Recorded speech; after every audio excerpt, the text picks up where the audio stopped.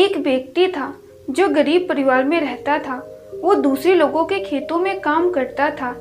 ऐसे में उसे दूसरे गांव जाकर काम करना पड़ता था। अगले दिन ही वो दूसरे गांव कमाने के लिए निकल पड़ा।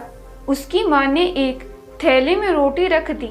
वो इतना गरीब था कि उसके घर में सब्जी नहीं बनी थी। ऐसे में उसकी माँ ने बस रोटियां ही दी थी। जब उसने खेतों में आधा काम खत्म कर दिया तब उसे भूख लगी। उसने थैला निकाला और रोटी खाने लगा।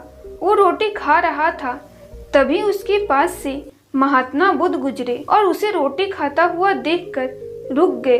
वो व्यक्ति पहले रोटी तोड़ता, फिर थैले में घुमाकर कोर को मुंह में डालता। ऐसा लग रहा था जैसे वो रोटी के साथ सब्जी भी खा रहा है। महात्मा बुद्ध उसे हैरान होकर देख रहे थे। वो ऐसा क्यों कर रहा है, उन्हें समझ नहीं आ रहा था। महात्मा बुद्ध उसे ही देख रहे थे। आखिर में महात्मा बुद्ध ने उससे पूछ ही लिया, पुत्र, तुम्हारे थैले में केवल रोटियां ही हैं, तो उसे थैले में घुमाकर मुंह में क्यों डाल रहे हो? युवक ने जवाब दिया कि हाँ, मेरे पास केवल रोटी है, लेकिन खाली थैली में रोटी घुमाकर मैं यह सोच रहा हूँ कि मैं रोटी के साथ अचार भी खा रहा हूँ। महात्मा बुद्ध ने आगे पूछा कि क्या इसमें तुम्हें अचार का स्वाद आ रहा है? युवक ने कहा कि मैं रोटी के साथ अचार सोचकर खा रहा हूँ तो मुझे स्वाद भी आ रहा है। जब महात्मा बुद्ध ने उसकी बात सुनी तो उन्होंने कहा कि अगर सोचना ही था तो अचार ही क्यों सोचा, मटर पनीर या शाही पनीर सोच लेते। इस तरह तुम उन सब्जियों का भी स्वाद ले पाते। अगर तुम्हें सोचना ही है तो बड़ा सोचो, तभी सफलता बड़ी मिलेगी।